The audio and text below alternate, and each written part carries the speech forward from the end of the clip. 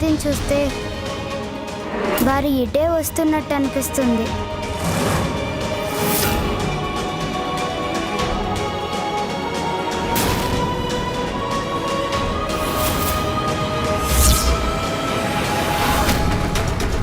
ఎవరి దివ్య పురుషుడు? వారి లలాటం గొప్ప తేజస్సుతో వెలిగిపోతుంది.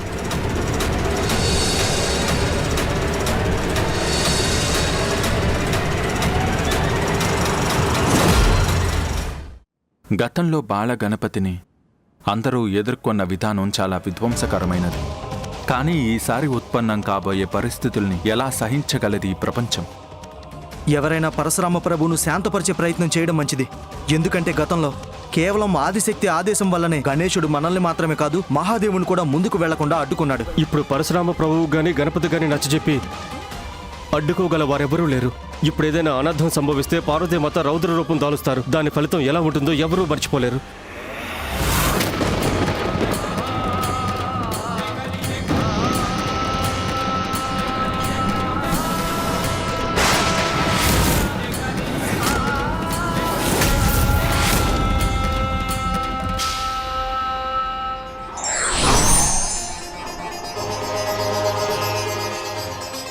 తల్లిదండ్రుల ఆజ్ఞలు పాటిస్తున్నారు శ్రీ గణపతి.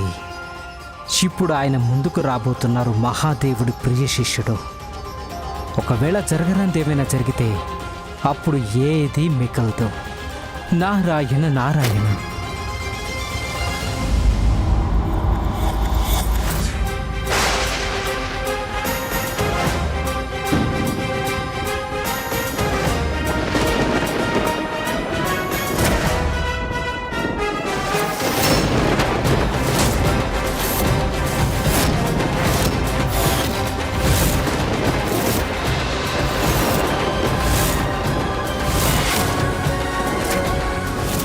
చెప్పండి, ఏ ప్రయోజనార్థం వేచేశారు ఇక్కడికి?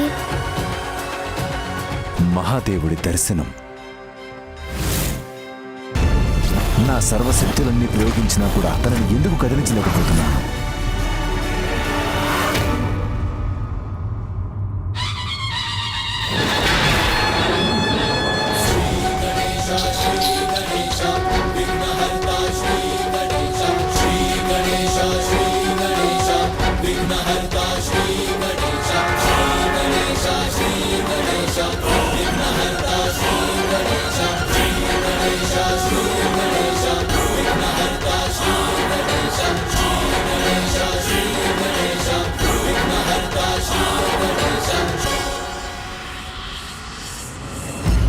పరిస్థితిని బట్టి చూస్తే పరశురాముడు వెనక్కి వెళ్లి ప్రశాంతంగా వేచి చూడడానికే నిశ్చయించుకున్నట్లు అనిపిస్తోంది.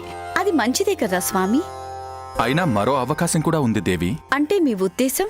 అంటే ఈ ప్రశాంతత తుఫాను ముందు అలముకునే ప్రశాంతత కూడా కావచ్చు.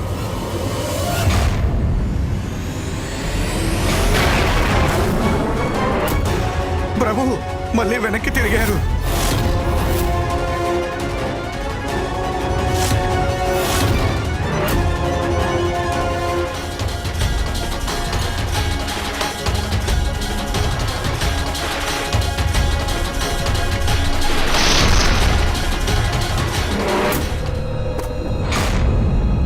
ఏం జరగబోతుంది ప్రభు?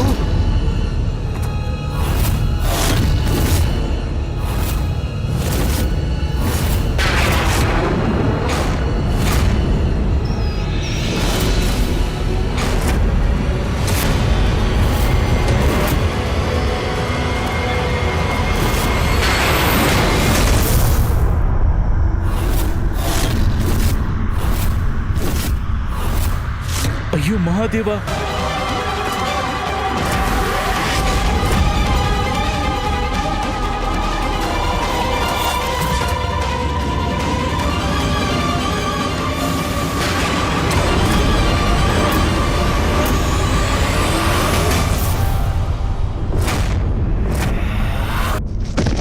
ప్రభు నా పని అయిపోయింది.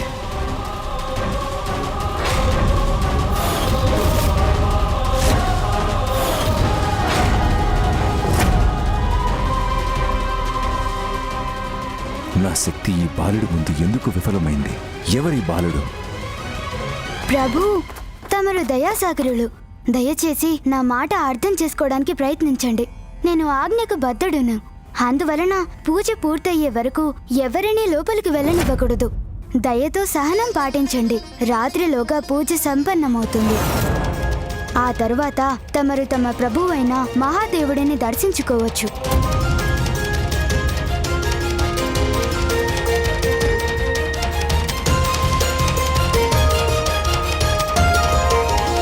అంటే రాత్రి అయితే గానీ నేను ప్రభువుని దర్శించుకోలేనంటావా? అవును ప్రభు.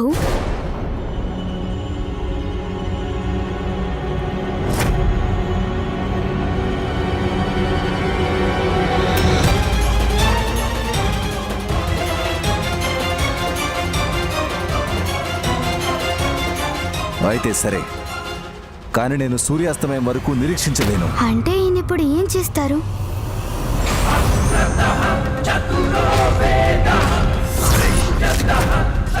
చాలా దారుణమైన అనర్థం జరగబోతుంది ఇప్పుడు.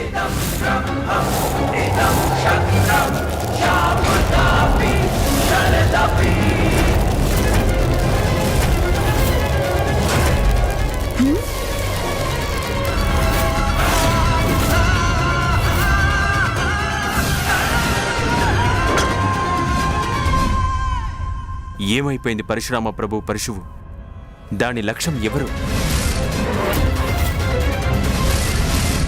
పరశువు ఇటువైపే వస్తుంది.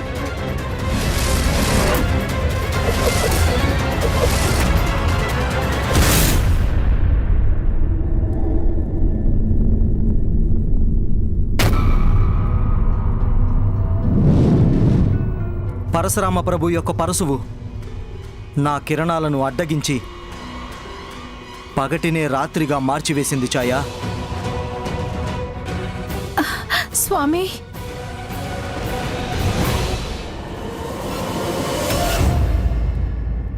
రాత్రికి పూజ సంపన్నమవుతుందంటే నేను నా పరశువుతో సూర్యుడిని అడ్డగించి రాత్రిగా మార్చేశాను. ఇప్పుడు నేను మా మహాదేవుని దర్శనం చేసుకోవచ్చు. ఎంత పని చేశారు పరశురామ? ప్రకృతి నియమాలను ఉల్లంఘించడం మంచిది కాదు. ఇప్పుడు నేను లోపలికి వెళ్లకుండా ఎవరు అడ్డుకోలేరు. రాత్రి అయ్యాకే దర్శనానికి వెళ్తున్నాను కదా. నువ్వే చెప్పావుగా బాలక, అదిగో అక్కడ చూడు. అన్ని చోట్ల అంధకారం అలుముకుంది. రాత్రితో వచ్చే అంధకారం. రాత్రి కాలేదు ప్రభు. వెలుతురుకు కారణమైన వెలుగు కిరణాలను తమరి పరశువుతో అడ్డుకొని తమరే సృష్టించారు ఈ అంధకారాన్ని. సూర్యుడి ప్రకాశం లేకపోతే అది రాత్రి అవుతుంది బాలక. ఇక ఇప్పుడు నువ్విచ్చిన మాట ప్రకారం మహాదేవుడి దర్శనం చేసుకోవడానికి నాకు అడ్డు చెప్పకూడదు. ప్రభు, భక్తులెవరైనా భక్తితో అతి చేస్తే అది భక్తి కాబోదు మహానుభావ. బలం వల్ల ఉత్పన్నమయ్యే అహంకారం నుండి అంధకారమే ఉత్పన్నమవుతుంది, భక్తి అనే ప్రకాశం కాదు. ప్రకృతి ప్రకాశాన్ని అడ్డగించి తమరు భగవంతుడి సృష్టినే ప్రమాదంలో పడేశారు. ఇది సమంజసం కాదు. నువ్వు చేస్తున్నదే అసమంజసం. నన్ను నా దైవాన్ని దర్శించుకోకుండా అడ్డుపడుతున్నావు. నా భక్తిని అవమానిస్తున్నావు. దీన్ని నేను ఎంత మాత్రం సహించను. ఎన్ని అడ్డంకులు వచ్చినా సరే నేను వాటిని తొలగించుకుంటాను.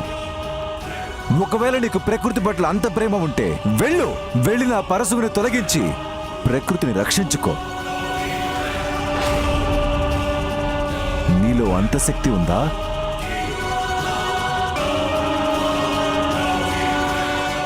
ఇంకా దేని గురించి ఆలోచిస్తున్నావు బాలక? నీ వల్లైతే వెళ్ళి తీసుకునిరా నా పరశువుని.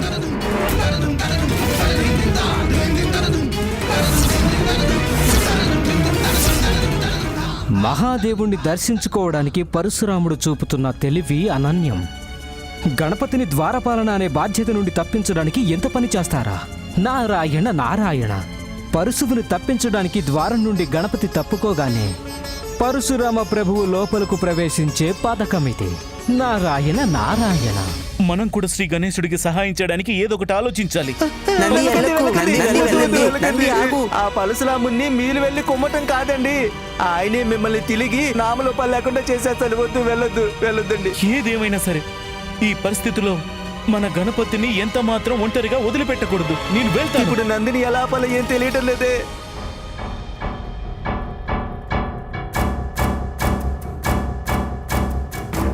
ప్రకృతిని సంరక్షించడము అంతే ముఖ్యం. అందువల్లే నేను తక్షణమే వెళ్ళి రావాల్సి ఉంటుంది.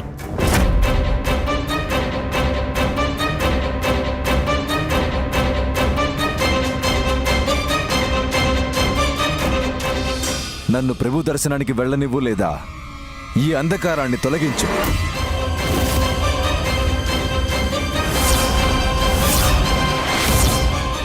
ద్వార సంరక్షణ ఎంత ముఖ్యమో తక్షణమే వెళ్ళి రావాలి. మూషికోత్తమా, ప్రభు వస్తున్నాను. ప్రభు ఇదిగోండి వచ్చేసాను.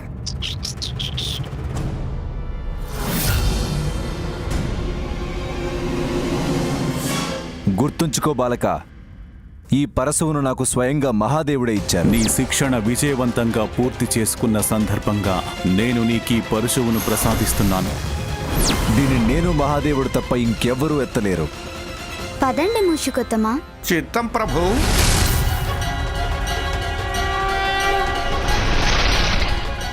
బాలుడికి ఇంకా అర్థమైనట్టు లేదు. తను విఫలమవడం ఖాయం.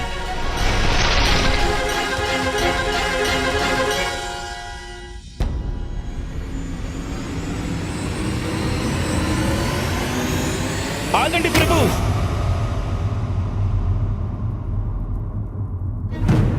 ప్రణామాలు ప్రభు. ప్రభు, నాకు తెలుసు తమరు ఏదో ఒక విధంగా లోపలికి ప్రవేశించడానికి కోరుకుంటున్నారని. అందుకే తమరు గణపతిని అసమమైన కార్యాన్ని చేయడానికి పంపించారు. కానీ ప్రభు, తను మహాదేవుడు పార్వతీ మాతల ఆజ్ఞని కర్తవ్యంగా పాటిస్తున్నాడు. అందువల్ల ప్రభు కొద్దిగా సహనం వహించి కాసేపు నిరీక్షించండి ప్రభు. తర్వాత పూజలు పూర్తి కాగానే తమరికి మహాదేవుడి దర్శనం లభిస్తుంది. నాకు మహాదేవుడికి మధ్య ఎవరడ్డొచ్చినా నేను ఎంత మాత్రం సహించలేను. కానీ ప్రభు, కానీ అనే మాటే లేదు.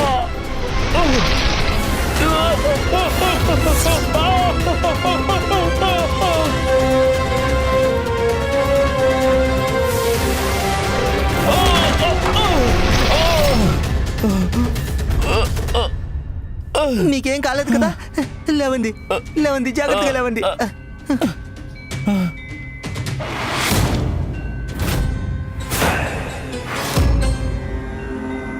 మహాదేవ, ఇప్పుడు అన్ని ఆటంకాలు తొలగిపోయాయి. నేను మీ దర్శనానికే వస్తున్నాను.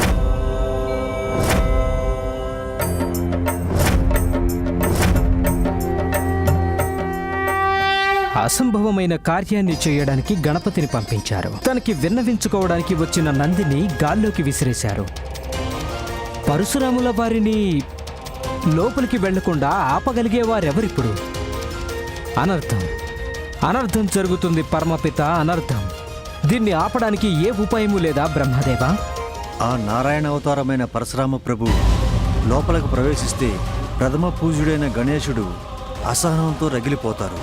వారిద్దరూ పోరాటానికి తలపడితే చాలా పెద్ద అనర్థం జరుగుతుంది.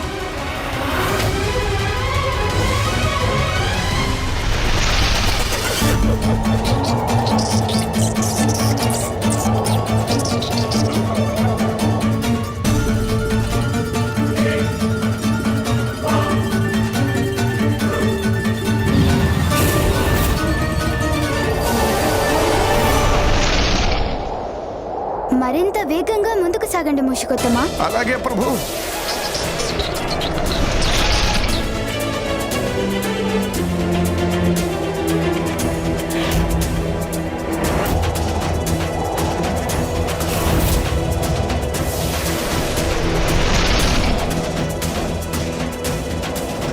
సూర్యుడి వేడిని లేకపోతే లోకాలన్నీ తల్లడిల్లిపోతాయి. ఎంత త్వరగా వెళితే అంత మంచిది.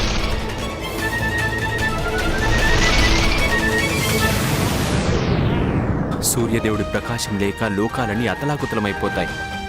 సృష్టికే తీరని హాని కలుగుతుంది. సృష్టికి హాని జరిగేది ఇప్పుడు కాదు స్వామి. గణపతి విన్నపాన్ని లెక్క చేయకుండా పరశురాముడు కైలాసంలోకి ప్రవేశించినప్పుడు